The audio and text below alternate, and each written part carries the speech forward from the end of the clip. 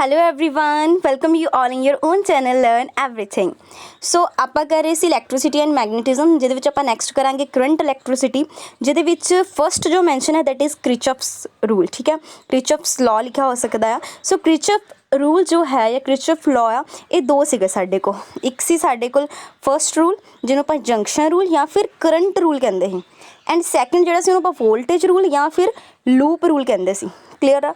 So first जो है junction rule, इन्हें की किया सी कि जो टोटल करंट है ना कमिंग टू द जंक्शन ना, वट इज़ द जंक्शन जिथे बहुत सारिया लाइक पॉइंट्स से आके चीज़ा मिलदियाँ है ना। एक पॉइंट इदा ना जिते बहुत सारे आके जिदा इतने करंट मीट कर रहे हैं, so this is a junction. So जो total current coming to the junction, जो जंक्शन ते करंट आ रहा, जिदा this is the I1 and this is I5 आ रहा, is equal to total current going from the junction, जो junction तो जा रहा I2 I3 I4। सो ये हमेशा इक्वल रहेगा। क्रिचॉफ दे फस्ट रूल ने यही कहा सी कि जो total current coming to the junction equal to total current going out from the junction, कि जो जंक्शन ते आ रहा वो इक्वल टू होगा जंक्शन तो जो जा रहा, या फिर इन्हें तुम इधर लोगे सारे। ठीक है, अलजैब्रिक सम जो टोटल करंट्स का इक्वल टू की हो जाएगा 0। ये फस्ट रूल सी। सैकेंड जो जिन्होंने आप वोल्टेज रूल या फिर लूप रूल कहते हैं, उन्हें की बोला ही सम ऑफ ऑल द पोटेंशियल, जिन्ने भी पोटेंशियल है differences along a closed loop in an electric circuit is always 0। एक क्लोज लूप की गल की, क्लोज लूप के sum of all potential differences, delta V is the sum of is this is the potential differences. ठीक है, delta we इन्हों का सम जो इक्वल टू की होएगा 0। सो this is a Kirchhoff second rule, एक क्लोज सर्किट लिया। ठीक है, ये भी ध्यान रखना। सो ये दोनों जो रूल है बहुत इंपॉर्टेंट है। नैक्सट देखते आप फैराडेज लॉ ऑफ इलैक्ट्रोमैगनैटिक इंडक्शन, ये भी साडे सिलेबस मैंशन है फैराडेज लॉ। सो फैराडेज के लॉ जोड़े से फैराडेज ने कुछ एक्सपैरीमेंट परफॉर्म किए थे। उस एक्सपैरीमेंट्स तो जोड़ा उन्हें एक रिजल्ट्स कड्डे से, वो रिजल्ट्स की से कि van ever magnetic flux link with the circuit changes induced EMF is produce. मतलब कि ना कि जो भी किसी सर्किट का जो link with circuit magnetic flux आ उन्होंने तुसीं चेंज करो। Whenever the magnetic flux link with the circuit, मतलब सर्किट ने जो लिंक हैगा मैगनैटिक फ्लक्स, जो भी उन्होंने चेंज करोगे तुसीं उत्थे की प्रोड्यूस होएगी, इंड्यूस EMF इज़ प्रोड्यूस्ड। दूसरी गल की उन्हें कि जी ये इंड्यूस्ड EMF है ना last as long as the change in magnetic flux continue, जो तक तुसीं मैगनैटिक फ्लक्स में कंटिन्यू चेंज करी जाओगे ना, उदों तक जी इंड्यूस्ड EMF आ वो भी प्रोड्यूस हो ही जानी है। थर्ड कि जो मैगनीट्यूड होएगा, जी इंड्यूस्ड EMF आई है मैगनीट्यूड होएगा वो डायरेक्टली प्रोपोर्शनल होएगा rate of change of magnetic flux link with the circuit. किन्ने रेट ना चेंज कर रहे हो तुसीं उन्होंने, दैट इज़ एक कहना चाहता जिदा 5 5 दो वैल्यू देती है मैगनैटिक फ्लक्स दियाँ। ठीक है, रेट चेंज कर लिया वह 5 माइनस 5 T, ये डायरेक्टली प्रोपोर्शनल कहते हैं इंड्यूस्ड EMF, यानी इंड्यूस्ड EMF का मैगनीट्यूड है ना E, वो डायरेक्टली प्रोपोर्शनल क्या है rate of change of magnetic flux link with that circuit. Clear है जी तुहानूं? इत्थे प्रोपोर्शनलिटी हटा के बराबर तो कॉन्सटेंट है माइनस के, इन 5 माइनस 5 है तुसीं D5 भी लिख सकते हैं, चेंज ही है। सो असीं भी लिख सकते E इक्वल टू माइनस के D5/dt। ठीक है, लिखा हुआ है देखो D5 small change in magnetic flux with small time dt, so E equal to आ गया minus D5/dt। So this is the Faraday's law. So जे मान लो वो जी कॉइल आ वो N टर्नस आ, it consist of N turns. ठीक है, मैगनैटिक फ्लक्स Y है लिंक विद ईच टर्न, हर टर्न के नाल, तो इनू तुसीं N मल्टीप्लाई कर दो। ठीक है, सो इस जी इक्वेशन आ इन्हों आप फैराडेज लेंस लॉ भी कहते हैं। क्लीयर है जी तुहानूं? बहुत ज़्यादा इंपॉर्टेंट पॉइंट्स है। ये भी नहीं लिखा होया on the basis of experiment दिता, van ever magnetic flux link with circuit change करोगे उत्थे इंड्यूस में प्रोड्यूस होएगी, तो उदों तक रहेगी जो तक तुसीं चेंज करते रहोगे। दूसरा ने क्या E equal to minus D5/dt, जो N नंबर ऑफ टर्नस वाली N ना मल्टीप्लाई कर दो। क्लीयर है? सो यही नैक्सट है लेंस लॉ, ये भी साडे सिलेबस दे विच मैंशन किया होया स्पैशल कि लेंस लॉ की हुंदा है। लेंस लॉ पहला मैं तुहानूं इत्थों दसदी हाँ। Lenz's rule is convenient method to determine the direction of induced current. आपां ये तो कह दिता कि whenever the magnetic flux link with the coil is changes induced EMF is produced, ये बोले आपां। बट वो जो इंड्यूस्ड करंट जो प्रोड्यूस होया वो किस डायरैक्शन च गया, वो सानूं कौन किहने दस्सिया? लेंस लॉ ने। ये पूछा जा सकता कि डायरैक्शन बारे उस इंड्यूस्ड करंट की डायरैक्शन कौन डिटरमाइन करदा? Lenz law. ठीक है, और जो सर्किट इंड्यूस्ड करंट प्रोड्यूस होया it relate to the principle of conservation of energy and it account for the negative sign appearance in the equation. So ये एक वैरी इंपॉर्टेंट पॉइंट है कि law of conservation of energy नूं relate करदा।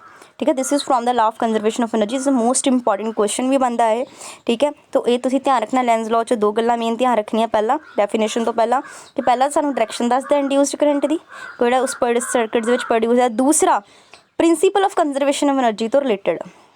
Lenz law ने बोलिया कि जो इंड्यूस करंट है ना, जो प्रोड्यूस हो रहा सर्किट दे विच, ऑलवेज फ्लो करेगा इन सच अ डायरैक्शन, उस डायरैक्शन दे विच that it opposes the change और the cause that produce it, कि ਜਿਹੜੇ ਚੇਂਜ ਆ ਰਹੇ ਉਹਨੂੰ ਅਪੋਜ਼ ਕਰੇ ਜਾਂ ਫਿਰ ਜਿਹਨੇ ਇਹਨੂੰ ਪ੍ਰੋਡਿਊਸ ਕੀਤਾ ਨਾ ਇਹ ਉਹਨੂੰ ਅਪੋਜ਼ ਕਰੇ। ਅਗੇਨ ਰਿਪੀਟ ਕਰਦੀ ਹਾਂ, ਲੈਂਸ ਲॉ ਨੇ ਕੀ ਕਿਹਾ, ਜਿਹੜਾ ਇੰਡਿਊਸ ਕਰੰਟ ਪ੍ਰੋਡਿਊਸ ਹੋ ਰਿਹਾ ਸਰਕਟ ਦੇ ਵਿੱਚ ਉਹ ਆਲਵੇਜ਼ ਫਲੋ ਕਰੇਗਾ ਇਨ ਸੱਚ ਡਾਇਰੈਕਸ਼ਨ, ਉਸ ਡਾਇਰੈਕਸ਼ਨ ਦੇ ਵਿੱਚ ਕਿ ਅਪੋਜ਼ ਕਰੇ ਚੇਂਜ ਨੂੰ, ਜਿਹੜਾ ਚੇਂਜ ਉਹਨੂੰ ਅਪੋਜ਼ ਕਰੇ, ਜਾਂ ਫਿਰ ਕਾਜ਼ ਆਫ ਪ੍ਰੋਡਕਸ਼ਨ ਇਟ, ਜਿਹਨੇ ਇਹਨੂੰ ਪ੍ਰੋਡਿਊਸ ਕੀਤਾ ਇਹ ਉਹਨੂੰ ਹੀ ਅਪੋਜ਼ ਕਰੇ। ਕੁਛ ਡਾਇਰੈਕਸ਼ਨ 'ਚ ਤੁਸੀਂ ਇਹਦੇ ਵਿੱਚ ਡਾਇਗਰਾਮ 'ਚ ਦੇਖੋ, induced B field in the loop of the wire will oppose the change in magnetic flux. ਇਹ ਦੇਖੋ ਇਹ ਇਹਨੂੰ ਪ੍ਰੋਡਿਊਸ ਕੀਤਾ ਤੇ ਇਹਨੂੰ ਕੀ ਕਰ ਰਹੀ ਆ, ਅਪੋਜ਼ ਕਰ ਰਹੀ ਆ। If you try to increase the flux through loop, induced field will oppose that increase, ਇਹ ਉਹਨੂੰ ਅਪੋਜ਼ ਕਰੇਗਾ। ਜੇ ਇੱਧਰ ਨੂੰ ਆ ਫਿਰ ਵੀ ਇਹਨੂੰ ਅਪੋਜ਼ ਕਰੇਗਾ, ਠੀਕ ਹੈ। ਯੂ ਡਿਕਰੀਜ਼ ਕਰਨ ਦੀ ਕੋਸ਼ਿਸ਼ ਕਰੋਗੇ, ਠੀਕ ਹੈ, ਇਹ ਰਿਪਲੇਸ ਕਰੇਗਾ ਉਸ ਡਿਕਰੀਜ਼ ਨੂੰ। ਮਤਲਬ ਇਹਨੇ ਕੀ ਕਰਨਾ, ਹਮੇਸ਼ਾ ਜਿਹਨੇ ਇਹਨੂੰ ਪ੍ਰੋਡਿਊਸ ਕੀਤਾ ਨਾ ਇਹਨੇ ਉਹਨੂੰ ਅਪੋਜ਼ ਕਰਨਾ। ਕਲੀਅਰ ਆ, ਜਿਹਨੇ ਇਹਨੂੰ ਪ੍ਰੋਡਿਊਸ ਕੀਤਾ ਇਹ ਉਹਨੂੰ ਹੀ ਕੀ ਕਰੇਗਾ, ਬੀ ਇੰਡਿਊਸਡ ਦੇਖੋ ਇੱਥੇ ਦੱਸਿਆ ਹੋਇਆ ਉਹਨੂੰ ਹੀ ਦੇਖੋ ਇੱਕ ਦੂਜੇ ਨੂੰ ਅਪੋਜ਼ ਕਰ ਰਹੇ ਕਿ ਨਹੀਂ ਕਰ ਰਹੇ, ਠੀਕ ਹੈ। ਸੋ ਇਹੀ ਲੈਂਸ ਲॉ ਆ। ਨੈਕਸਟ ਹੈ ਸਾਡੇ ਕੋਲ रूट मीन स्क्वायर और वर्चुअल और effective value of alternating current, ये भी साढ़े सिलेबस मैंशन है। Root mean square R M S value of AC, ठीक है। हुण पूरा आर्टिकल ड्राइव कराने मतलब मेन भी तुहानूं दस दूँगी, तुसीं की मेन पॉइंट नोट करने। एक तो इन्हें जिद्दां गल लिखी कि रूट मीन स्क्वायर वैल्यू हुंदी है जिहड़ी अल्टरनेटिंग करंट दी, इज़ दैट स्टेडी करंट है, स्टेडी करंट विच would produce same heat in a given resistance in a given time as produced by the given alternating current in the same resistance in the same time। कि ये है कि वो steady current which produce in the same heat produce करेगा उस given resistance they which in the given time जिन्नी जड़ी produce by alternating current in same resistance in same time। सो जो पूरा ड्राइव करोगे आर्टिकल में तो तुहाडे कोल रिजल्ट आऊगा जिहड़ा तुसीं याद रखना, वो मीन आया IRMS equal to I naught by √2। बस तुसी यही रिजल्ट याद रखना, डायरैक्ट जो पूछा गया तो पेपर यही ही पूछा जाएगा, ठीक है। सो आई नॉट अपॉन √2 1 अपॉन √2 आंदा 0.707, आई नॉट आंसर आ गया, यानी 70.7%। सेम जे तुहानूं अल्टरनेटिंग EMF पूछी वो भी सेम रिजल्ट रहेगा, बस आई जगह ई आ जाएगा।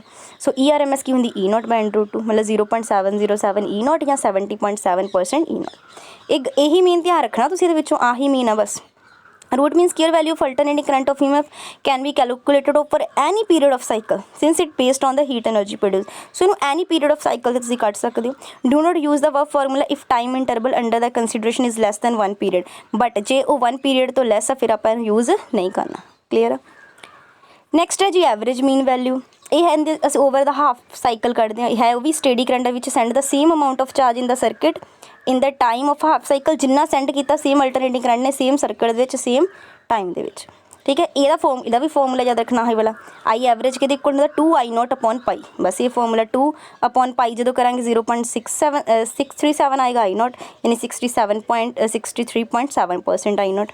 यही मेन फॉर्मूला सेम EMF का भी ये आएगा 2 E naught upon pi. E naught I naught होंगी पीक वैल्यूज़, ये जड़ियाँ ना तो आई नॉट आ रहा E नॉट, ये पीक वैल्यूज़ आ। लेट्स से जो आप ड्रॉ करते हैं ना थोड़ी पीक वैल्यू आएगी, ठीक है। एक नोट करने वाली गल है कि एवरेज जी मीन वैल्यू होंगी अल्टरनेटिंग करंट की और EMF is 0 over a cycle as the positive and negative values get cancel. एक पूरे साइकिल की वैल्यू कितनी हो जाती 0, ठीक है। पॉजिटिव नैगेटिव कर दी एक दूजे को कैंसल। क्लीयर है जी तुहानूं, क्योंकि बहुत ज़्यादा इंपॉर्टेंट है जो मैं तुहानूं दस रही हाँ, ये फॉर्मूले बहुत ज़्यादा इंपॉर्टेंट है, डायरैक्ट इचों ही पूछा जाता पेपर 'च। नैक्सट है भी साढ़े को AC circuit with pure resistor, जो प्योर रजिस्टर आ फिर हुण तुसीं इह की याद रखोगे, देखो हुंदा दा की है, वैसे मैं जो तुहानूं आर्टिकल भी दसना कुछ औखा नहीं है। ये अल्टरनेटिंग EMF E बराबर E not sine omega T sine wave लै रहे हैं आप, ठीक है। रजिस्टर लगाया होया तुहानूं पता V इक्वल्स टू IR हुंदा, ते इत्थों आई की आ जाएगा V अपॉन R या E अपॉन R लिख सकते हैं आप, तो I बराबर I not sine omega T, इत्थों I नॉट की वैल्यू क्या है E नॉट अपॉन R, ठीक है। सो ये ना तुसी मेन जो रिजल्ट आर्टिकल तो इदा किन्ने ड्राइव कर लोगे, बट तुसी रिजल्ट की याद रखने हाँ कि जो असी प्योर रजिस्टर लेने ना वो जोड़ा EMF ते करंट सेम फेस च होंदे, देखो सेम फेस च, बस आ मेन फेजर डायग्राम है, याद रखनी तुसीं। ये सेम फेस च रहणगे, यानी आई बराबर I naught sine omega T, ई बराबर E naught sine omega T. पर जे मैं गल करा प्योर कैपेसिटर दी, ਉਹਦੇ ਵਿੱਚ ਕੀ ਹੁੰਦਾ, करंट लीड कर जाता EMF ਨੂੰ π/2 ना।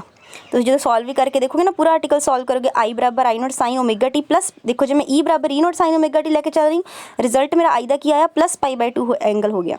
ठीक है, मतलब करंट लीड कर गया EMF ਨੂੰ किन्ने π/2 ना। बस यही याद रखना। जिदा ये देखो EMF किन्ने ते एंगल से ओमेगा टी, वो π/2 अगे उन्होंने की कर गया, लीड कर गया कि नहीं कर गया। बस यही मीन आ। तो ये जी तुहाडे कोल कैपेसिटिव जी आंदी आ, यदी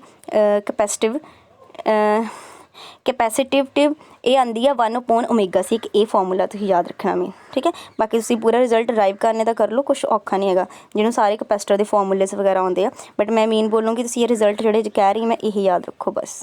एक फेजर डायग्राम ध्यान ना रखो, देखो जो ओमेगा जे ई ओमेगा टी तो π/2 अगे आई नॉट आ जाएगा, उसकी की फर्क है।